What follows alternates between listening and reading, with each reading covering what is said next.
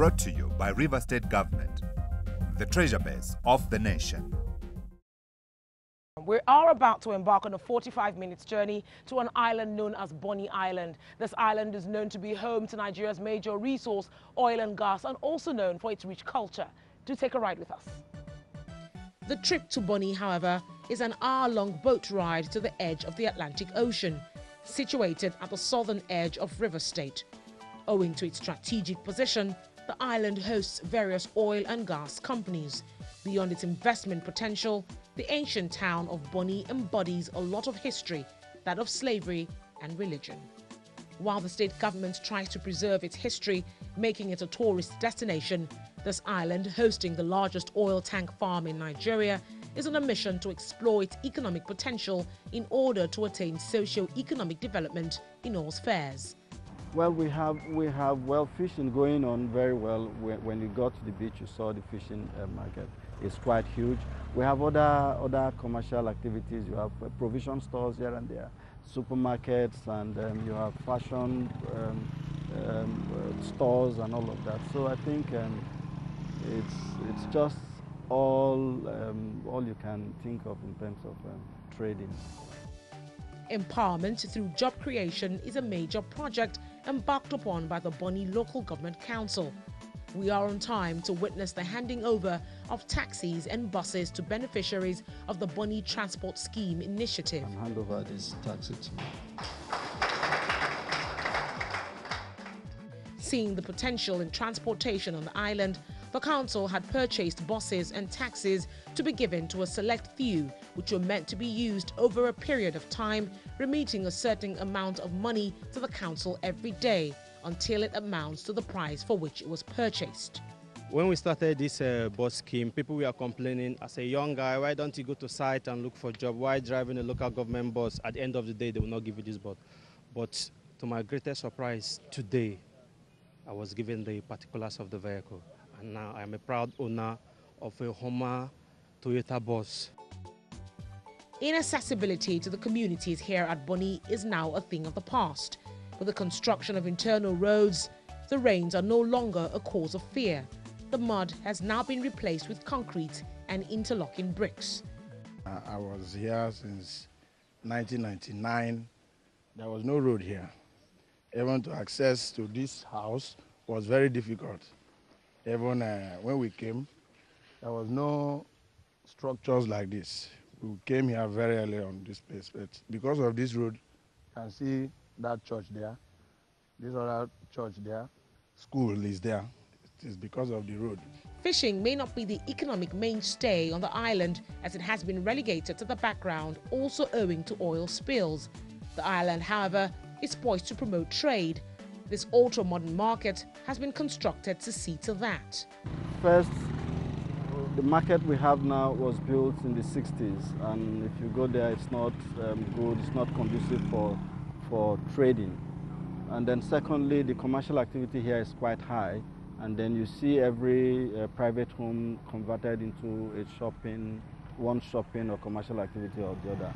And we felt it was going to be very, very good for us to have a spacious, ultra-modern market for the community. And so that's why we're building this. We have about 200 open shops and about 200 lock-up shops. So in all, we have about 400 stores already built. According to the local government chairman, development projects such as the supply of electricity and the provision of potable water have also been undertaken by joint industrial companies. The JIC has also assisted with the purchase of engine boats to encourage deep-sea fishing.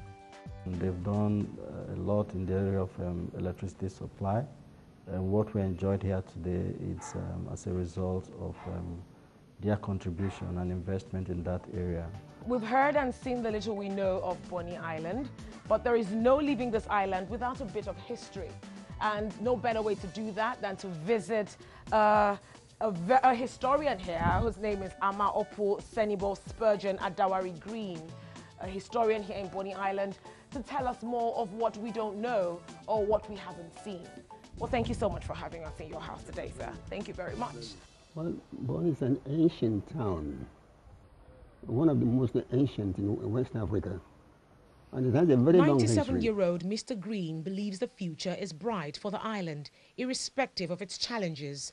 Development can never be complete within any community.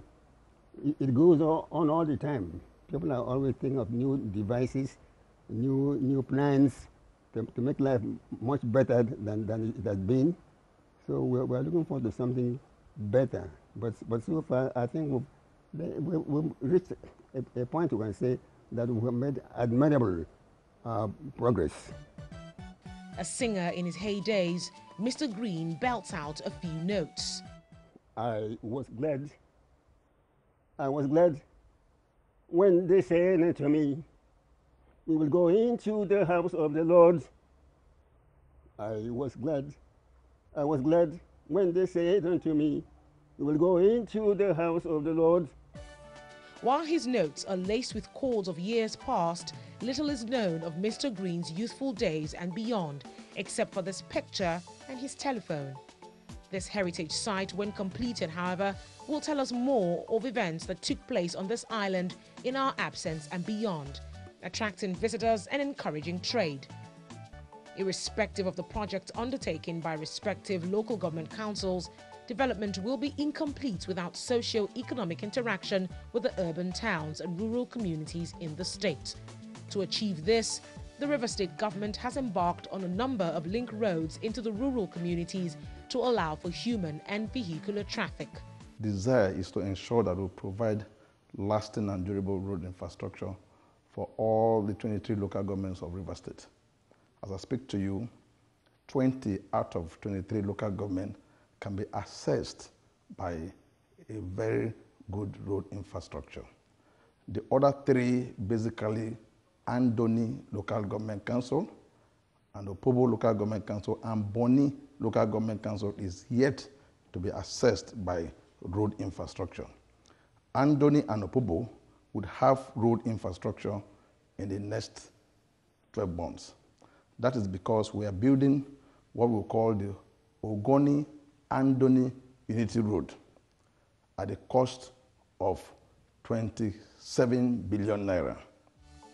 Judging by the level of development in some of the communities visited, one theme reverberates: the independence of the local government areas from the state government in running the affairs of their councils.